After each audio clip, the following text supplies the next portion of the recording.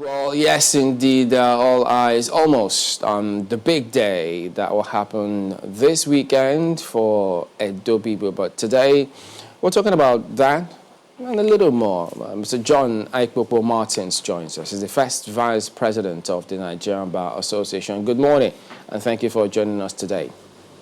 Good morning. Good morning, Chamberlain. All right, so the NBA doing what they do over time, set up this election monitoring group to pay attention to elections and then follow it up thereafter. But, you know, when this was put in place, your name came up and then you're heading the team observing these elections. Tell us, what's your impression about this task of yours? Well, this is not the first time I'll be involved in election observation on behalf of the Nigerian Bar Association. I was a member of the electoral working group from 2012 to 2014 under Daffy Akpede, who was the chairman at that time. So I have a lot of experience in observing election in Nigeria for quite some time now. And when the president, Mr. Alu Akpata, called me and that I was going to lead the team to Edo State, well, I'm prepared. We are prepared. For this kind of function, does it start for you on the day of the election, or maybe you also take into cognizance the build-up to the elections? Yes, we take this on the build-up to the election, because most people actually believe that election is an event that happens on the day of voting. Actually, election is not an event, it's a process. It starts right from the time INEC declares the timetable open, when they call for nomination, all through. But however, because of the resources, the NBA, we don't have that resources to follow up from the beginning to the end. So, but we just, as an association, we put in view the process. But this particular team now is set up particularly to observe from tomorrow till the election will be over, that is to say, to the announcement of a result. However, as an association, we have been watching and we have been observing all that have been going on.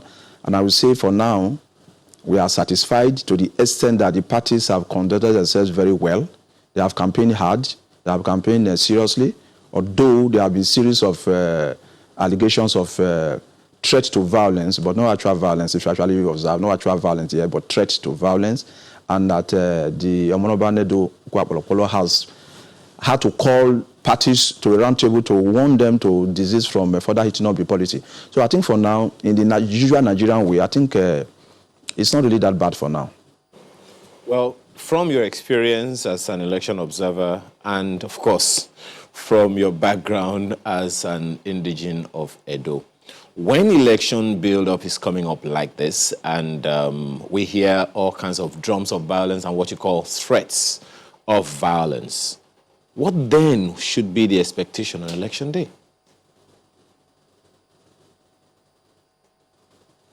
Well, the expectation, the only thing I observe is that when anytime there's a build-up to election in Nigeria, there's usually a lot of threats, a lot of hot words from both several actors. But at the end of the day, during the election particularly, it does not actually translate to actual violence in just such a large scale that we get us panicky. Again, in Edo State, we don't really have a culture of election violence per se. If you check through through history, Edo State, well, we have visually had peaceful elections. And I'm very sure we're going to have peaceful elections in this particular one. Although, to be very frank, I think the temperature is very high. The temperature is very high, but I think that at the end of the day, we're going to have an election that will be devoid of violence. Particularly because from my contacts from Edo State, I know the security is very, very tight now. There are a lot of soldiers, a lot of policemen on the streets. And that way, I think I'm very sure that will dissuade merchants of violence from actually going out to disrupt the election in a violent way. But we watch. Let's see what happens tomorrow. But I'm very sure it's going to be very peaceful. But you said just now that the temperature is very high. The tension is really up there. So how are we going to market to the people with that tension that you have just noted yourself? How are we going to market to the people to come out to vote? Yes, I think that's where the challenge is. Telling persons, the voters to come out and vote. Usually, from experience too, when elections, in the early mornings of the elections, people stay at home. They are watching, they are listening to see what is happening outside. But when the reports are coming out that, well, all is well, there are soldiers and policemen everywhere, people start coming out. I'm going to, like I keep saying, I'm very sure because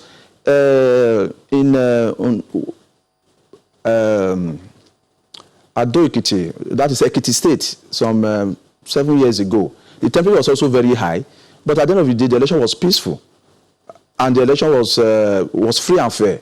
So tomorrow, I know the boys who have been angry to fight, when they see soldiers, nobody wants to die.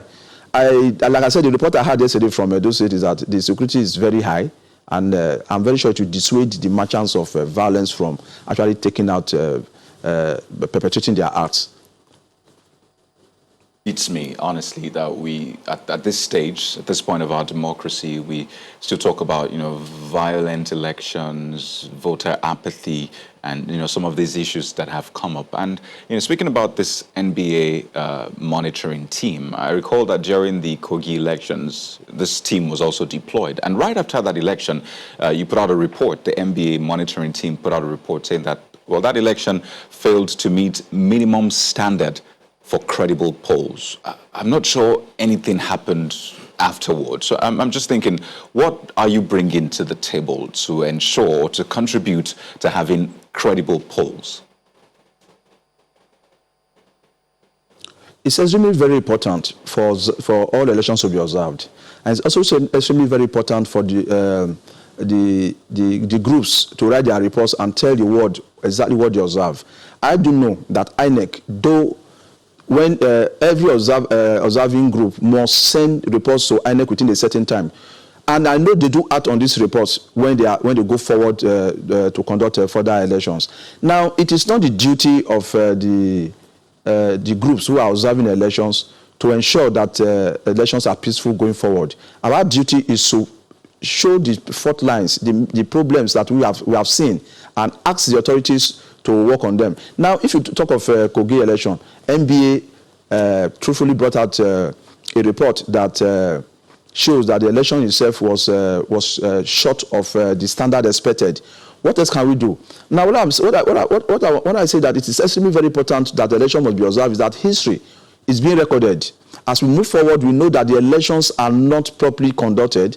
A time will come when INEC or the coming generation will look at all these reports and work on them. But if you keep quiet and say, okay, because we brought out a report last and nothing happened, then we are not going to observe the next election, then we are helping perpetrate a culture of silence. And that's going to be worse. It is better for us to always observe, always tell the world what we observe. History will record same. And as we go forward, I hope that INEC will be picking and learning from the points raised by, or the observation made by observers to plan better elections. Well, at a point, I think Nigeria was getting it right as far as election was concerned, but it's like we are sliding back again all of a sudden. But, well, we keep hoping, we keep believing that Nigeria will be a better country as we move on. Right. Now, saying that you rated that particular election below standard, one would wonder, what is the minimum standard, really, from the point of the NBA and the monitoring team? What is the minimum standard for credible elections in Nigeria? Well, the minimum standard is, first of all, election must be transparent, free, and fair. Now, the question is, how do you say that election is not free, is not transparent? If you look at let's look at the Edo election. Now, what is going on now? I mean, the election is already not free. Now, people think that election is solely free and fair when you on the voting day, but election goes beyond the voting day. Now, the question is the threats to violence that we are hearing all over, and the militarization of the society tomorrow or even before tomorrow, will scare up some persons from voting. That itself has already interfered in the electoral process on its own, first and foremost. Now, you also observe that when persons are free to come and vote, the minimum standard has already been lowered because the percentage of voters has, if okay, you have a record of 1 million registered voters in the state, for example, then only 300 people, only 300 persons are coming to cast their vote. That is already a minority election. Before we can say we have a proper election, if you have 1 million registered voters, we should be able to have at least 600,000 persons coming out to vote before you can say that election has actually taken place. So you're actually having a minority voting in government for the people because the process itself is not free and fair.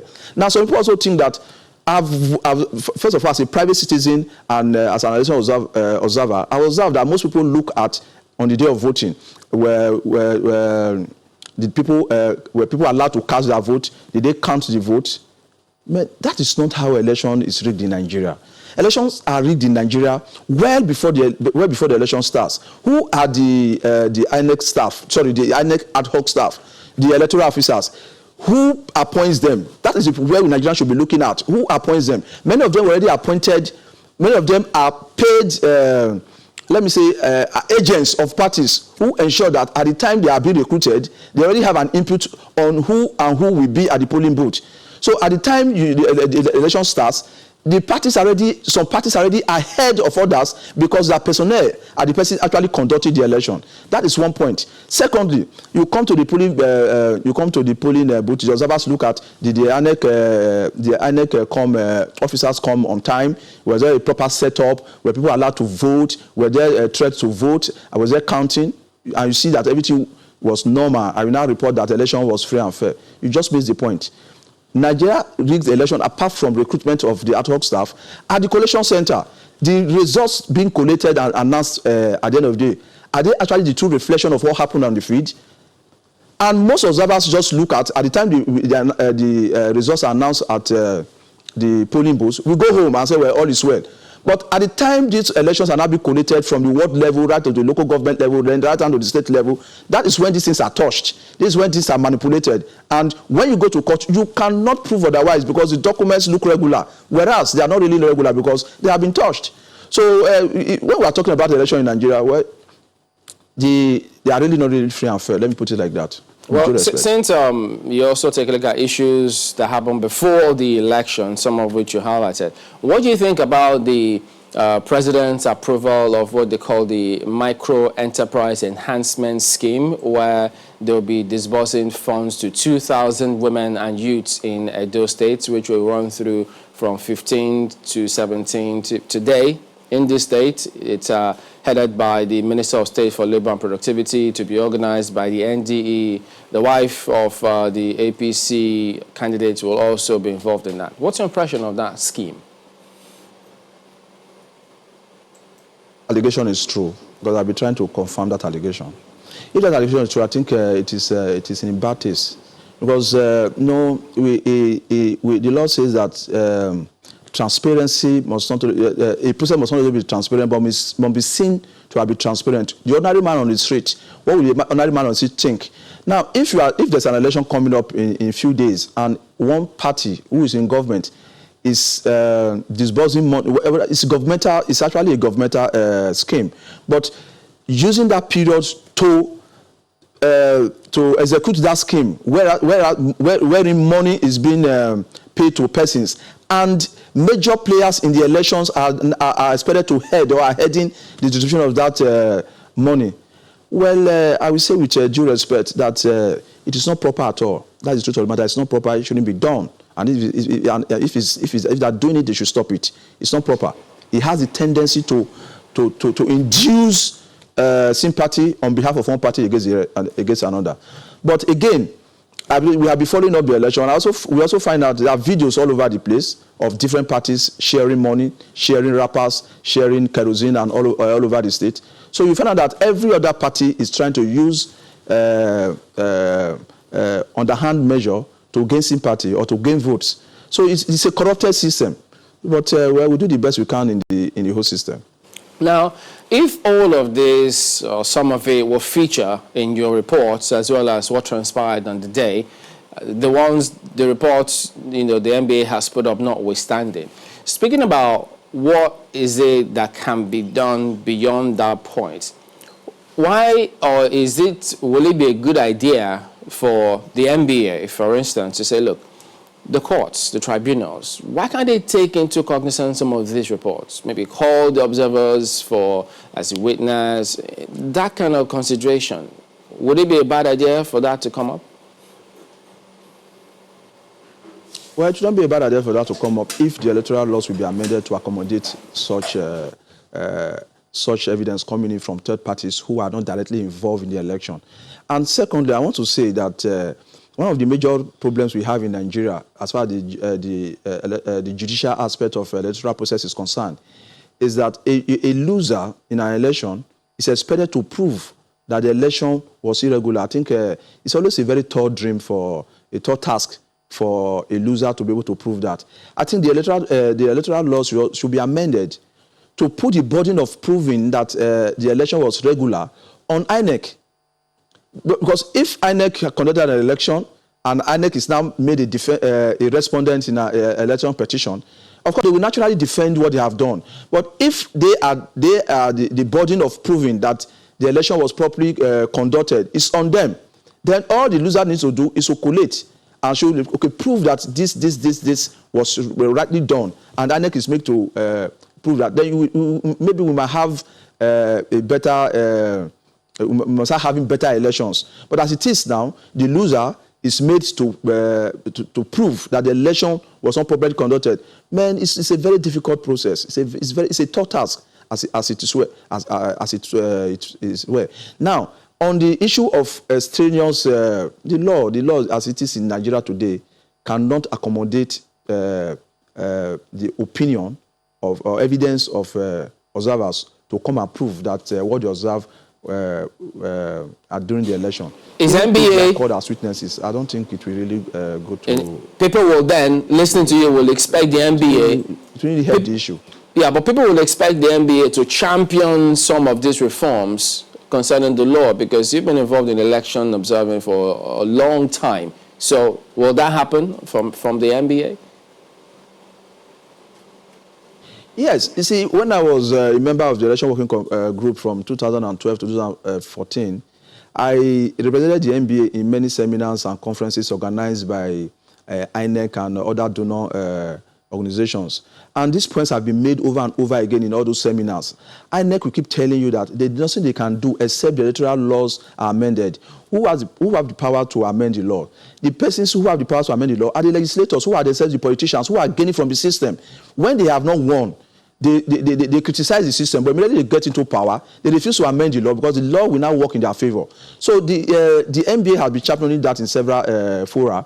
But the question is the National Assembly that has the power to amend the laws. Are they ready to amend the law? They are not ready to amend the law. Because immediately they get into power, the laws which they were criticizing when they were out of the power, they now use that same law to perpetuate themselves in office and refuse to amend. So Nigeria is on the merry-go-round. That's just the truth of the matter. The persons who are there now, people who are outside are shouting. Some of your members, the law, they want to change it. But some of your members are in the National Assembly. Isn't there any way the NBA could speak to you, at least lobby, that's the language used, lobby some of your members who are members of the National Assembly?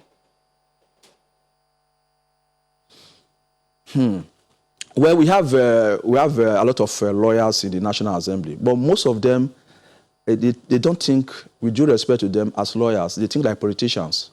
Because if they think like lawyers, most of the laws that we have would have been better. But they think like politicians. So sometimes when you engage them, they tell you that, do you think we don't know what to do? But we have to protect our interests. So at the end of the day, the Nigeria project is about protection of interests, selfish interests as against the interests of the generality of Nigerians. We interface with them, but most of them are not lawyers in the real sense of the word, to the extent that their allegiance is not to the NBA, their allegiance is not even to the society, their allegiance is to their party and their selfish interests. So they find it difficult when they get in there to to amend these laws to conform with best practices. No, but the thing is, I mean, if they were there, or if you were there, for instance, wouldn't you protect your interests? You would do the same thing as a politician. Whatever favors you is what you would do. So the thing is, they don't have to be ready to amend it. Shouldn't we be the ones to make them amend it, because they are our representatives? We shouldn't sound defeatist, should we? When I say that, you see, when I said just now that even though the NBA, when our report in Kogi was not favorable, that the election was not free and fair, and now you ask the question, okay, if nothing was done, why you still go to Edo State? I said it is our duty to keep talking. It's our duty to keep observing. At least history will record that, and maybe someday they will listen.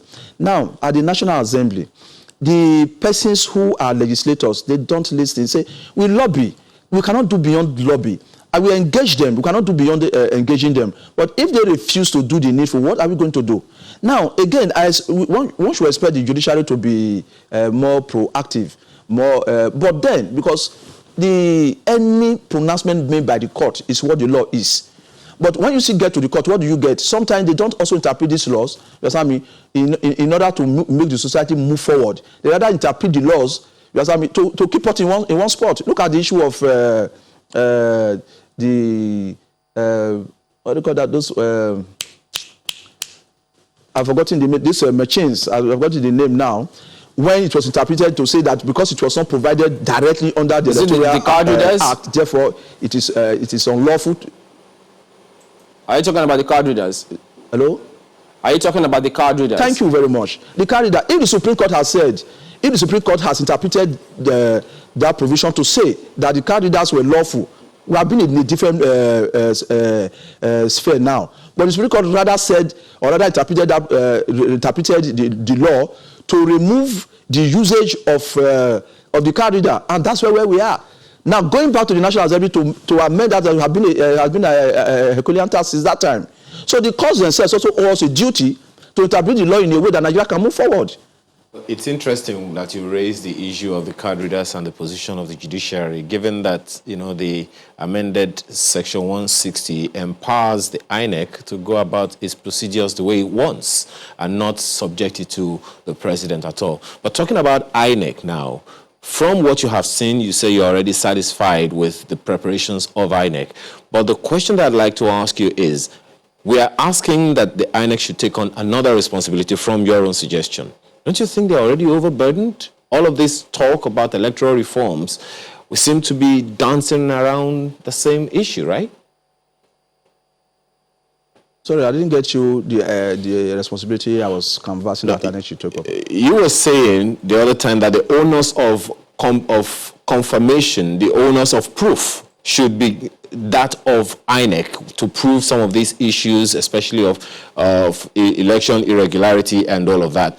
And a number of people will be asking you, hey, isn't INEC already overburdened? Oh, that is not a burden, because that's exactly what they go to court to do. They go to court now to defend. What they should go to court to do is to propound, not just defending, sitting down and try to poo-poo the case of a loser.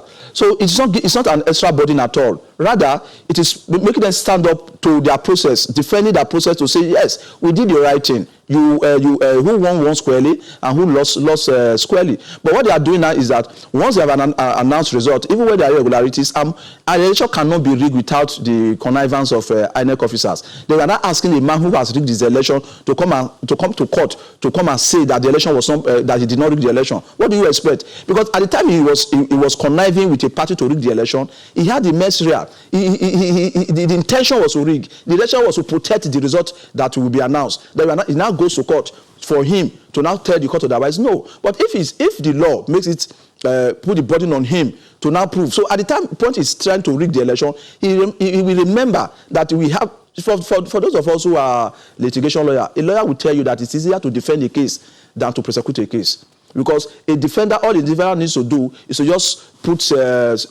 whisper in your case. It doesn't need to prove anything. All you need to do is to just show the loopholes in your case, and your case is gone. But whereas if you are the plaintiff, if you are the claimant, you have to prove your case.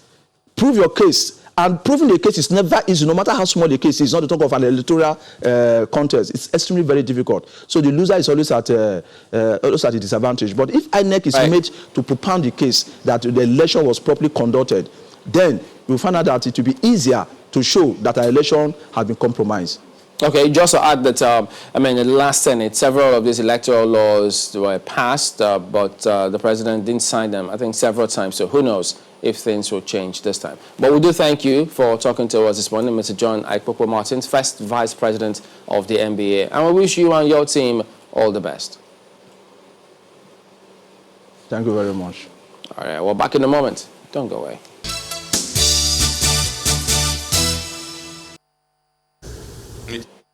Institution, but it is about transparency.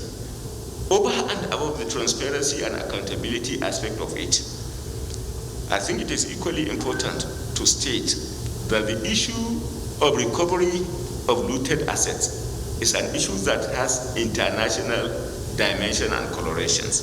For example, Financial Action Task Force is an agency that is responsible internationally, in respect of which over 100 countries are involved. And there is the sharing of intelligence.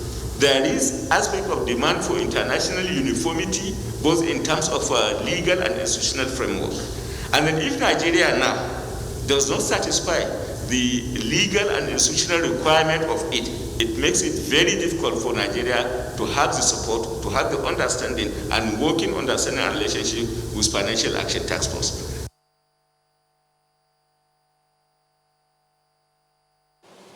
Okay, so that is the latest commentary coming through from the AGF. That was after FEC meeting yesterday. So there's this agency that will be set up if certain things eventually go through. The bill, for instance, which the AGF was talking about there.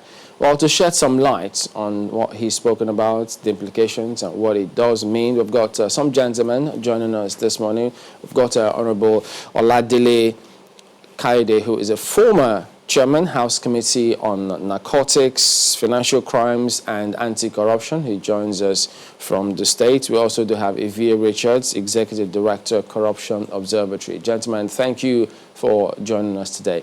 Let me start with you, Mr. Richards.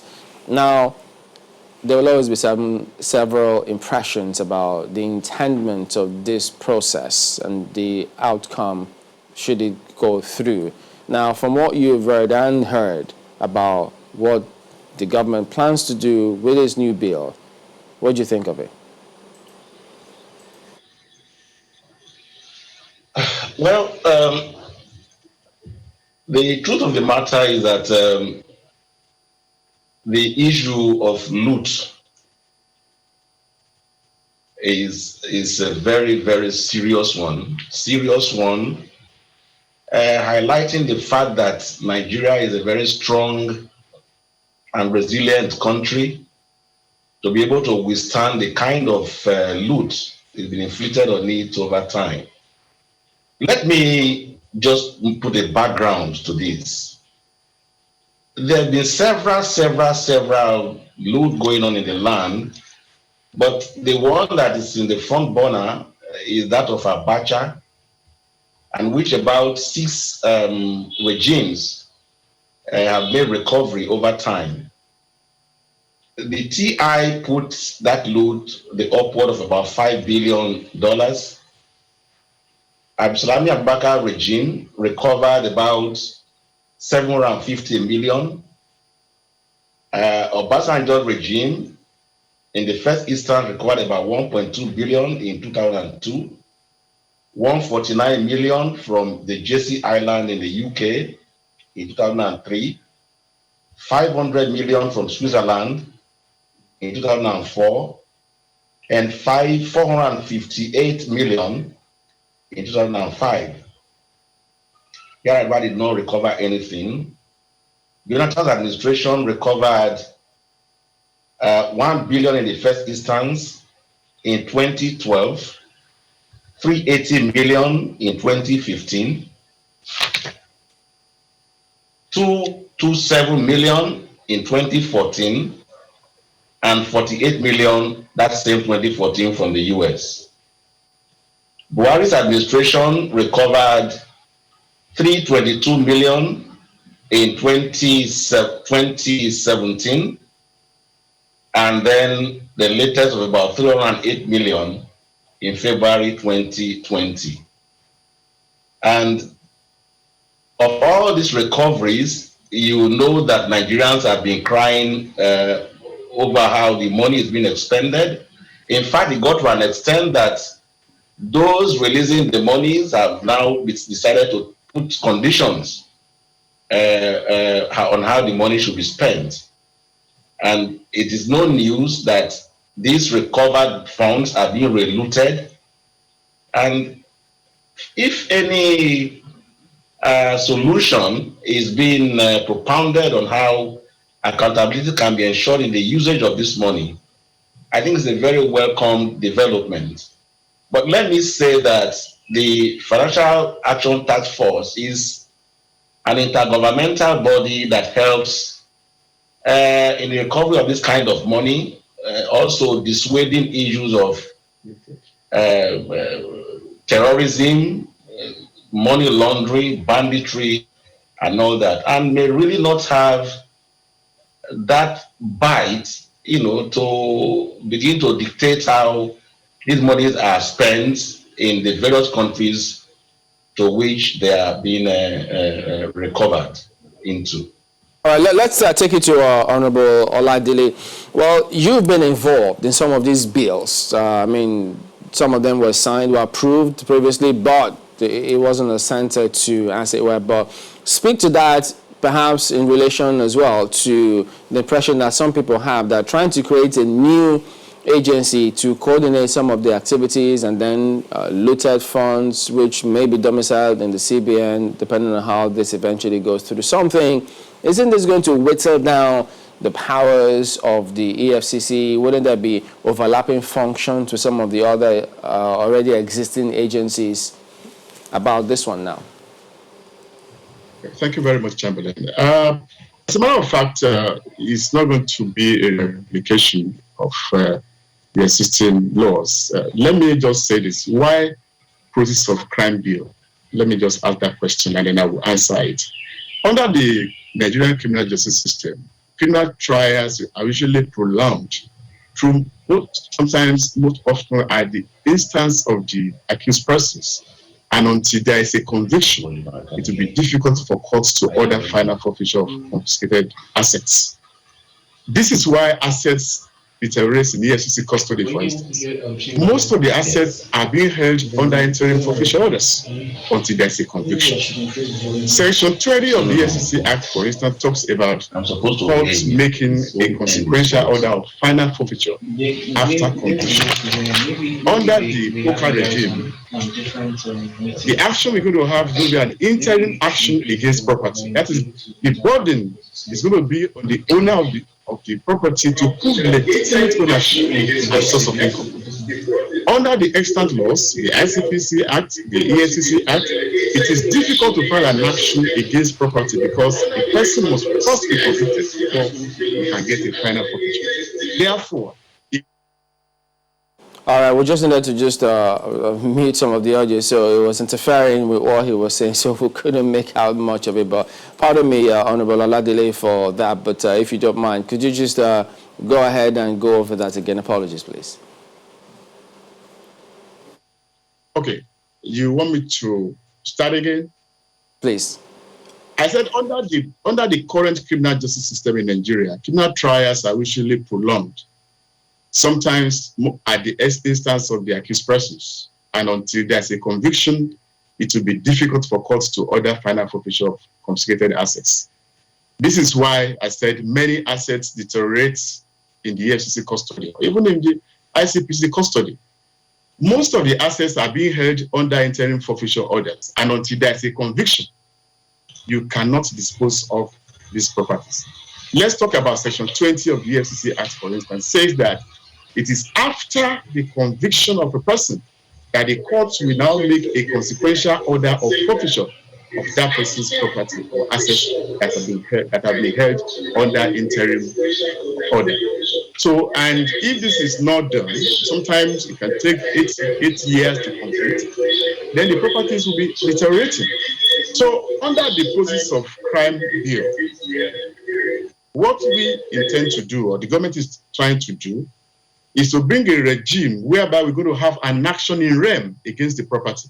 So the body will be on the owner to prove legitimate ownership and source of income. So today, because there is no such provision in the EFCC Act or the ICPC Act, both the EFCC and the ICPC utilize Section 17 of the Advanced Fee Fraud Act to go through the process of interim of a civil forfeiture. That is on the domestic front. But there are 4 reasons why passage of Process of Crime Act is very, very important. The first one I've said is the domestic need for civil forfeiture prosecution. I said it that the ICPC, the EFCC Act, for instance, have no provision for civil forfeiture. As a result, they use section. The second one is the Financial Action Task Force requirement for membership of the organization. Nigeria first applied for membership in 2014, but our application was not considered for lack of political will by the last administration of President Goodluck Jonathan to fight corruption in the country and for failure of the country to pass certain required laws. When this current administration assumed power in 2015, Nigeria reapplied through the Office of the Attorney General of the Federation. The FATF, in its review of the application, observed that the president has political will. The current administration has political will to fight corruption. They therefore requested that they requested us to pass certain legislation.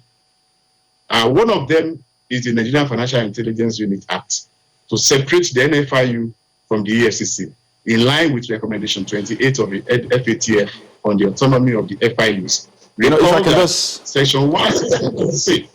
Pardon me, if I can just take you up on something you touched on earlier, saying that, the current agencies like the EFCC, ICPC have to wait for a conviction before they know what to do with those assets. And I'm just thinking with this PCRMA bill, that's a proceed recovery. Let me just be sure, because it's kind of a mouthful. The Proceeds of Crime Recovery and Management Agency bill. Wouldn't this agency, if it goes through, wouldn't it still have to wait for convictions before it also knows what to do with these assets? I'm just wondering, what new thing will it bring to the table regarding the management of those assets? No, don't mix up things. I even said it that under the current dispensation, because we don't have the civil forfeiture sections or provision in the EFCC Act and the ICPC Act, they use Section 17 of the Advanced Fee Fraud Act right now to do civil forfeiture. There's a difference between civil forfeiture and criminal forfeiture. Criminal forfeiture talks about there has to be a conviction before you can go ahead and make a consequential order of final forfeiture. That means that there must be a conviction of a person. But under the Process of Crime Act, it's an action in rem. Action in rem means that it's going to be an action against the property. So whether the person comes from the country or is dead is immaterial, because we're going to file the action against the property, and the burden will be on the owner, on the supposed owner of that property, to claim that, to prove the source of his income. So in that situation, the burden is not on the prosecution or the prosecutor. The burden is on the owner of that property to prove that he procured it legitimately and through a legal source of income. But so okay, and that is from the domestic point of view. I was talking about the second view, and that is even more important now, because if we are talking about domestic view, we have Section 17 of the Advanced Fee Fraud Act, but that does not satisfy the international requirements. The international requirements, yes, go ahead. Before you go on to the next point, I know you've also have heard people who argue previously saying, okay, well, what if we then amend that particular act and have these provisions inserted in there? Wouldn't that give it, the requisite platform upon which they can then fulfill that function and by extension meet the international requirement? We will be back to what happened under the EFCC Act. You remember there was a fusion of the Nigerian Financial Intelligence Act unit under Section 12C of the EFCC Act when it was enacted in 2003. The EFCC under Section 1, Subsection 2C states that the EFCC shall be the designated Nigerian Financial Intelligence Unit, and that. Oh dear.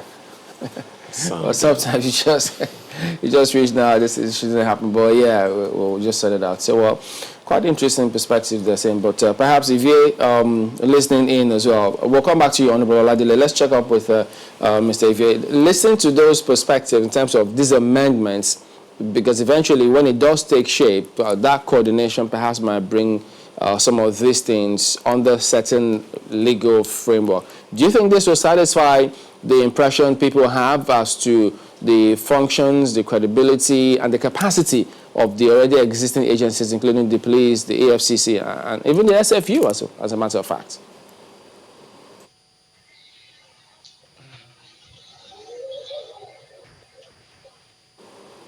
Well,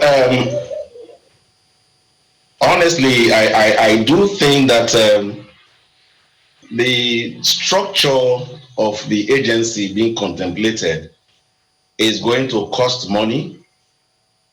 And we have several structures on ground already.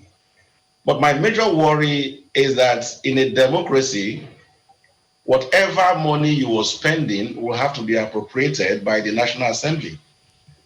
So if we recover loot, if we sell assets, and we have monies accruing from that process, isn't it better to pay such money into the Federation account?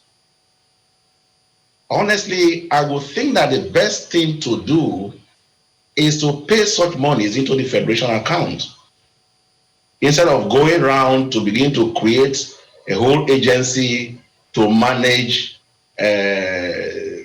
recovered loot. Such monies can be paid straight into the Federation account and then be appropriated and spent with all amount of accountability that a democracy would deserve. That's what I think should happen. But it's not just about the funds as well. I mean, those will tell you, if you go to certain location in Abuja, you see so much of some properties just there deteriorating, and then there's some, I mean, he was talking about they don't have that full legal provision to auction some of those things, or the processes with which to coordinate those assets. So it's not just about the funds, because it appears as though you're talking about the funds alone. Is that the case? Yes, I was actually looking at the funds, but in our laws already, as it were, we do have provisions that government could use to either sell those assets that have been seized. The moment you go through the judicial process and a forfeiture is outrightly awarded to the federal government, such assets can be liquidated and the proceeds paid into the Federation account. I think that if you go around to begin to create an agency to manage this with laws and all of that, first and foremost, such agencies, they're going to need funds to operate, which we don't even have. Those funds may come out of what is being recovered. But expressly, if we have provisions within our laws to treat these issues, the recovered assets being sold and then the money is paid straight into the Federation account, I think that's a seamless and a simpler way that the National Assembly can also use to appropriate such funds, and accountability can be ensured in the expenditure of such monies. Honorable Oladile, you have tried to educate us on the entire process of EFCC, ICPC, and the rest of them, but as you very well know, we have at least 14 legislations in Nigeria that try to address all issues around corruption, anti-corruption, anti-graft, and the rest of it. What's the assurance we have that this new proposition will solve the problems that 14 legislations couldn't solve? Okay, thank you very much. I was talking about the international obligation that Nigeria has we applied to join the Financial Action Task Force. And the task force has its own regulations, requirements, and guidelines. Definitely, if we have to join, Nigeria is the only country in West Africa that has been given that opportunity to join. And in the whole of Africa, we have South Africa, which is the only member of this FATF. And because of the importance of Nigeria to the international economic community, they feel that Nigeria should be part of it. But in order to join, we have to, this is one legislation, in addition to the NFIU, separating the NFIU from the EFCC, which they said, in addition to passing the Mutual Legal Assistance in Criminal Matters Act, which we have done, the only one that is remaining is the process of crime. And I will tell you why it is different. Now, we are talking about management of process of crime. And the last person that asked me the question was saying that, or maybe Chamberlain said that, why don't we just amend the extant laws to ensure that what the powers they don't have, we give to them? But we have to look at transparency and accountability.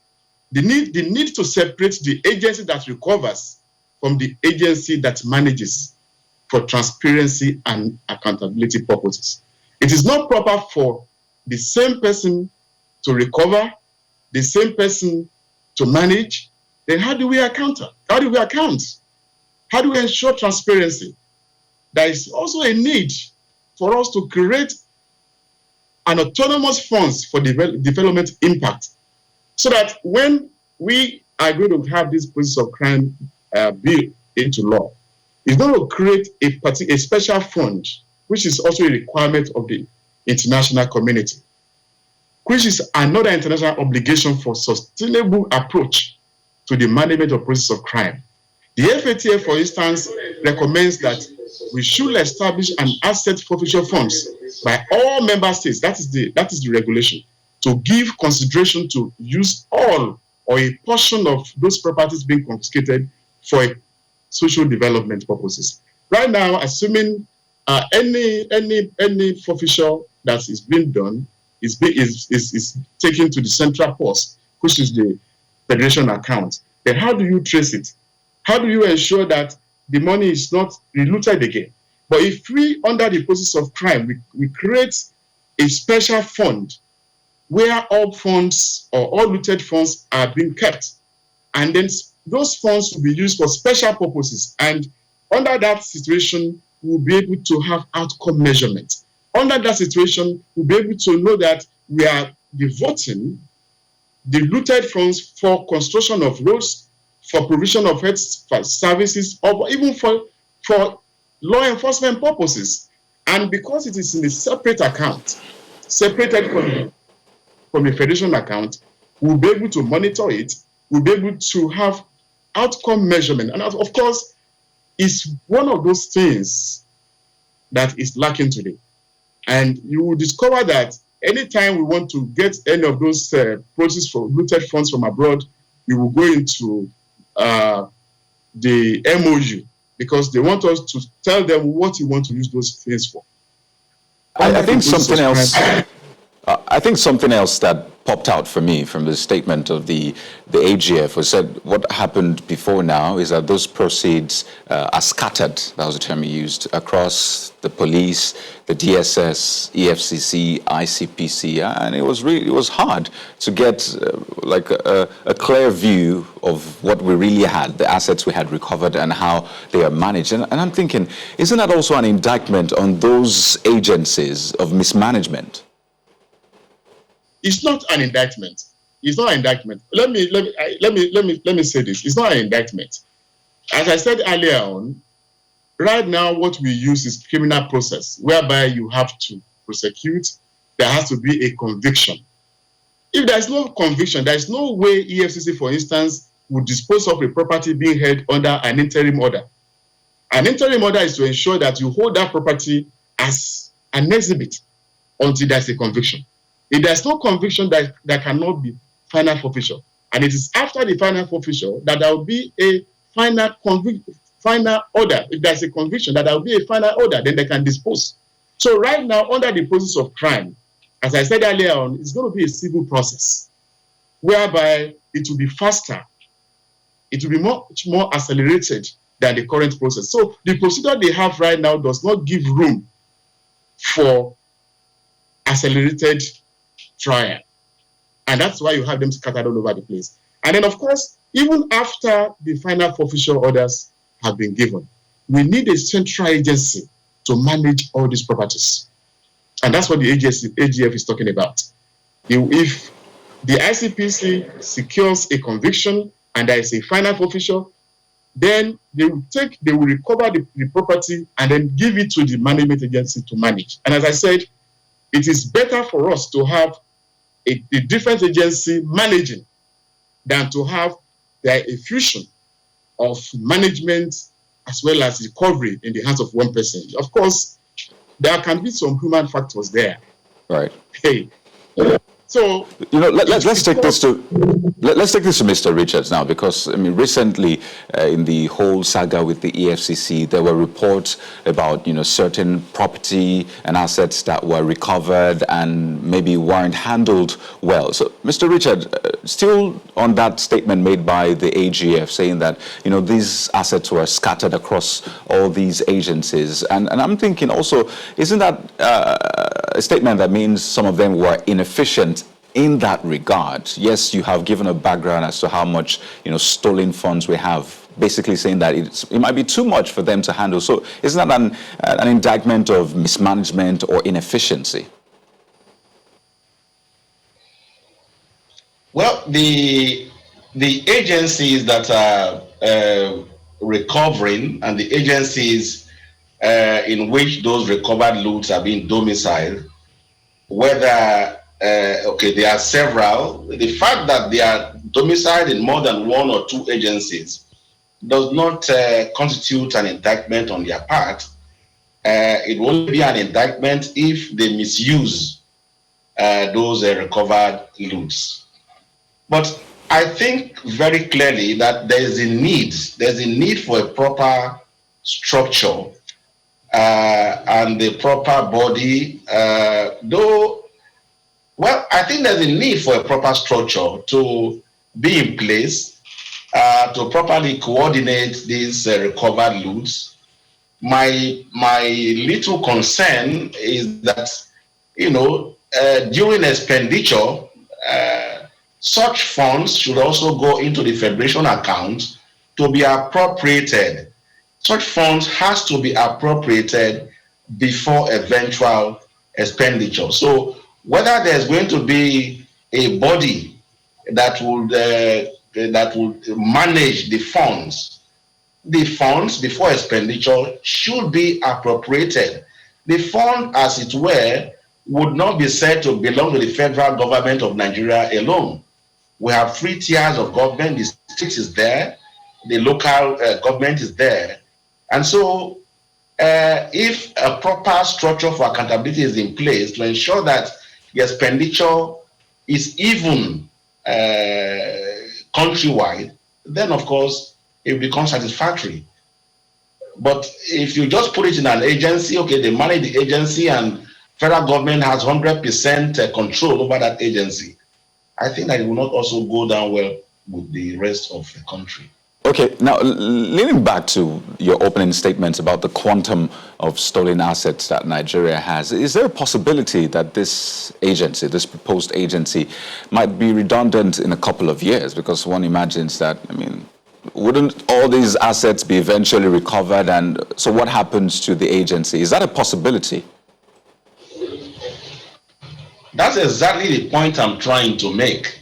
That if you create this kind of agency, you're going to need a structure which is going to cost money. You would have a DG or a GM, you would have directors, you will have cars, you would have structures that are going to cost money. And we are trying to get out of the wood. We're trying to get a structure in the country that will dissuade people from looting, and eventually get into a sphere of transparency and accountability. So yes, it's going to be redundant at a point in time.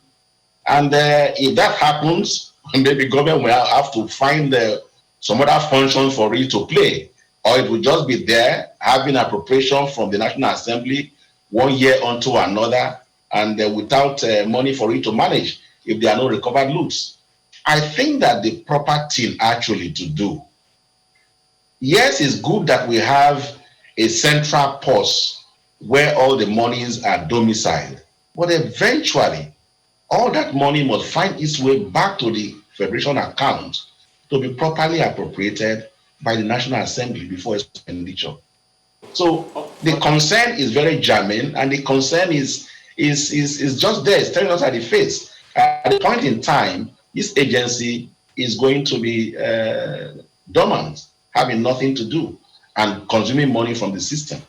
Honorable Oladile, that's one concern that I think you may want to also weigh in on. So, first of all, is the issue of funding. Where is the funding going to come from? Secondly, the redundancy. And thirdly, where will the personnel for this proposed new agency, where should it be drawn from? Well, actually, I don't have the benefit of listening to Mr. Richards, so I don't know his line of argument. But those are the things that he has mentioned. Yes, those are the things he mentioned. First is the issue of the fact that he responded to the question that this agency might become redundant if there is no more resources to recoup. And secondly, that of funding of the agency, which will begin to suck money from the system if it still doesn't have anything to do. And then the question that I'm adding, where will the personnel be drawn from? Well, the three questions can be answered very straightforwardly. I will tell you. First of all, I don't know if, as I suggested, I don't know whether in Nigeria a time will come, and I'll be happy to see that time when there will be no corruption, there will be no stolen funds. Ever since independence, let me say it that way, we've been looting public properties, and they are scattered all over the place. In Europe, in America, all over the place. They are there. So if anybody says that a time will come when the Process of Crime Agency will not have any work to do, no functions and duties to perform, then that's in Nigeria that we are looking forward to. An ideal Nigeria where there will be no corruption. But I don't think that is going to happen anywhere. It's nowhere. I've not seen it anywhere in the world where you don't see process of crime being all over, scattered all over the place. So that I can tell you, the frequency, the regularity, they are there. And today, we need it because properties are scattered all over the place. We need it because we need to have this issue of interim orders, we need to have them removed so that we can go straight and have actions in rem against the properties and recover them. So that's number one. Number two, on the issue of funding, I will tell you straight away that I was one of those people that sponsored the last bill in the last assembly that was not signed by the president. And in the bill, there is a particular section there that provides a percentage of the process of crime recovered to be used for the management and maintenance of the agency itself. I think it's about 2.5% of the process recovered from the agency for the management and the administration of the agency. I think this is fair enough. The agency is not going to draw much money from the Federation account because it's going to be self-administered because there's so much there.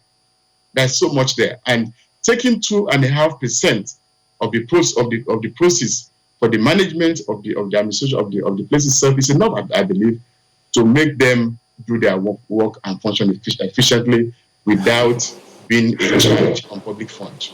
That's one. Then on the issue of personnel, and just like any other organization, and once there's a new organization, you draw personnel from relevant agencies. When the FCC was first established, we had to draw from the police, draw from even the DSS, draw from other relevant agencies to make the first core staff of the FCC. The same thing for ICPC. So I don't see any problem if this agency is established. I don't see any problem in terms of personnel.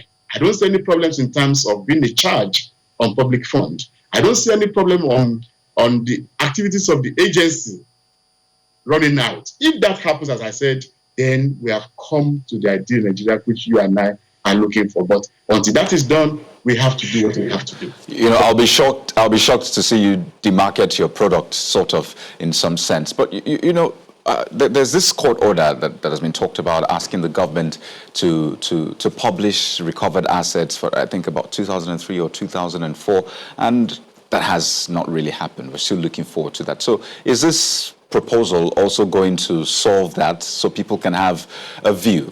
Let it be transparent. Let people know that this is what we have recovered and this is what we're doing with it. Will this also solve that?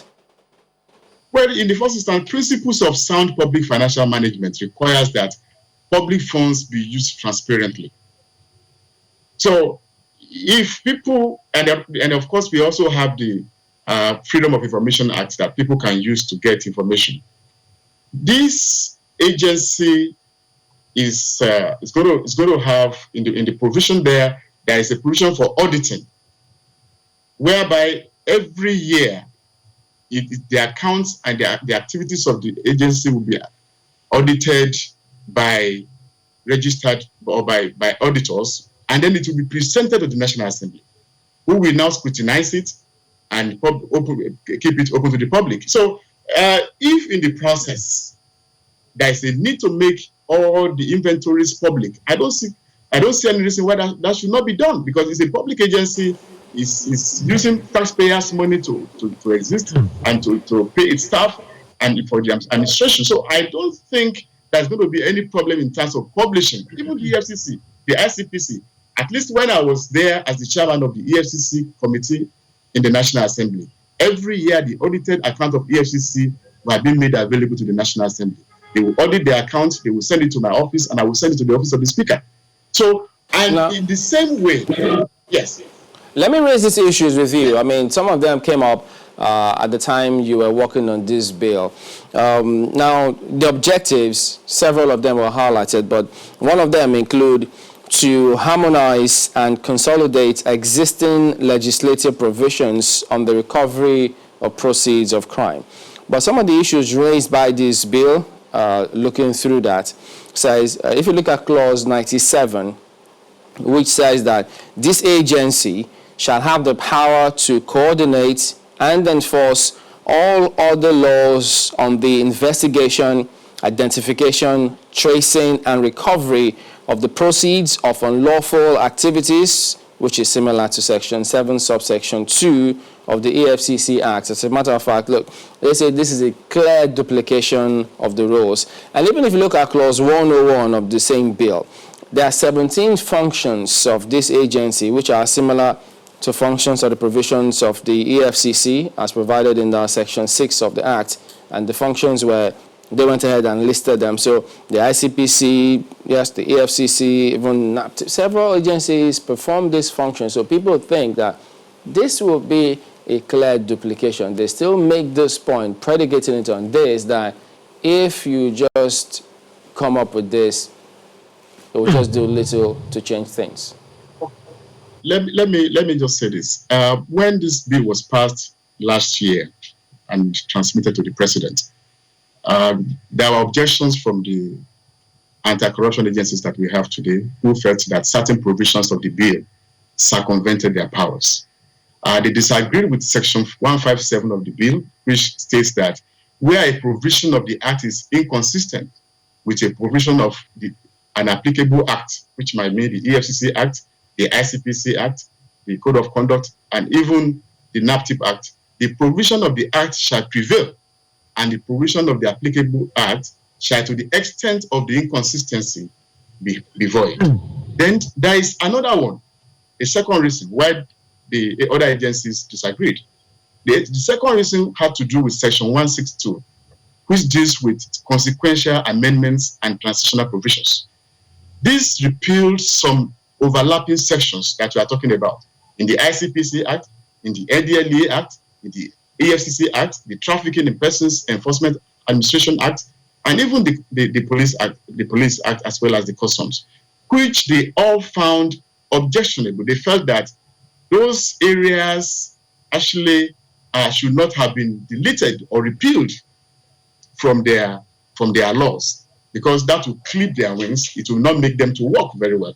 Although they had their points, but the fact is that under the construction of statutes, if there's a conflict between two statutes, the statute that most recently took effect, otherwise known as latter in time, controls. Even if both provisions took effect on the same day, then the courts will apply the one the president signed last. For instance, the DSS, the Department of State Security, under its act, was responsible for fighting corruption and financial crimes in Nigeria prior to 2003. But when the EFCC was created in 2003, the functions of the EFCC were taken from that of the DSS Act. But because the EFCC was the latter act, the provisions of the DSS Act became subservient to that of all right, the EFCC Act. Now, pardon me. Well, pardon my apologies. We need to bring in a lawyer now to just weigh in as well on this matter. Mr. Abiodun Owonikoko, Senior Advocate of Nigeria, joins us. We're able to get hold of him even though he's at the move. Good morning, sir. Thank you for joining us today. Well, I don't know how much of this conversation you've caught, but could you go ahead and give us your impressions of this proposed bill and the functions they're listed? Thank you so much. Good morning. I must confess, I'm not aware of the details of the bill. I can only go by the excerpt given by the Honorable Attorney General of the Federation. That said, one has to look at every legislation from the perspective of the intent behind the legislation. As you yourself earlier noted, there appears to be nothing new in this bill other than to further amplify bureaucracy. And I say this because we should not appear to be institutionalizing the business of recovery of looted funds, unless you are suggesting that this will become a recurring decimal and a way of life, that we assume that we are going to constantly have a stream of funds to be recovered from looting. So far, most of the looted recoveries that we have observed took place, arose from transactions that took place under the previous regime before the present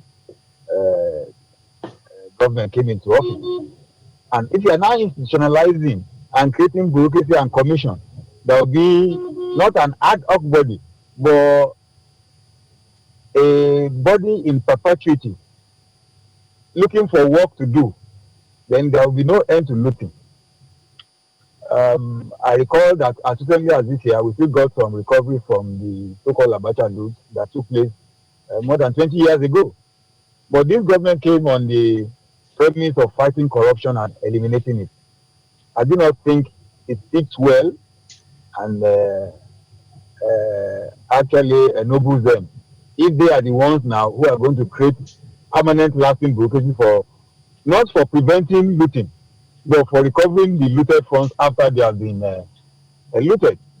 I think the concept is not well thought out. Okay, but having between pursuit of crime, yes.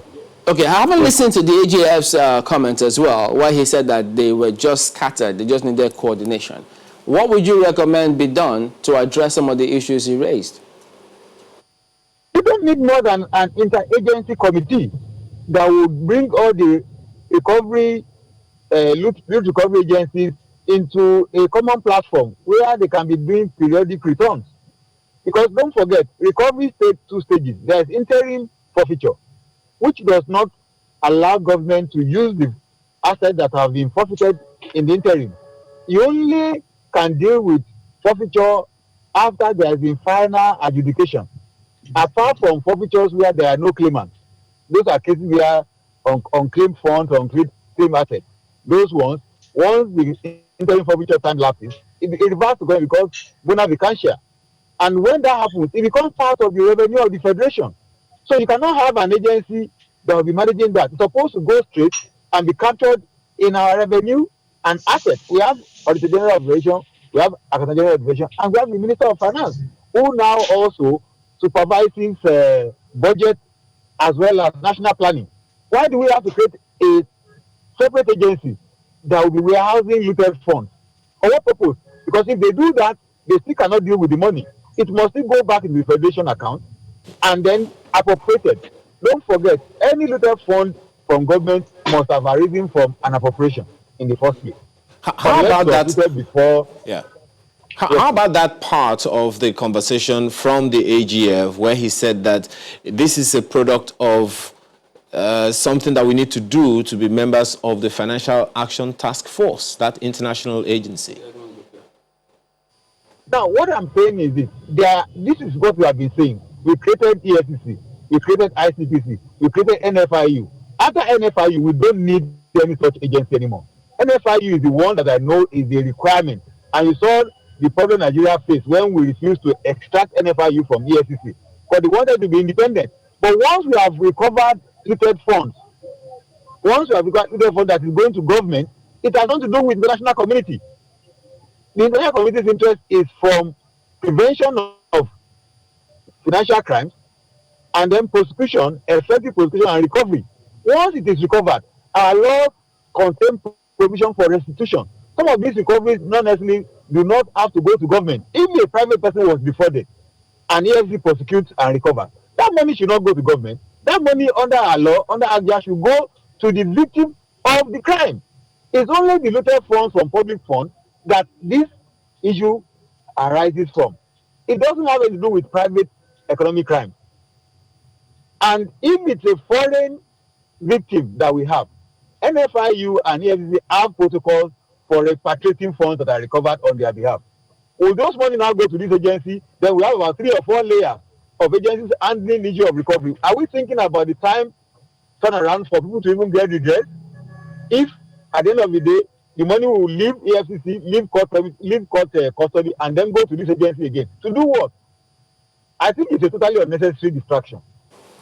Instead, what will happen? Even this as it is now, that agency is going to be idle until money is fully recovered.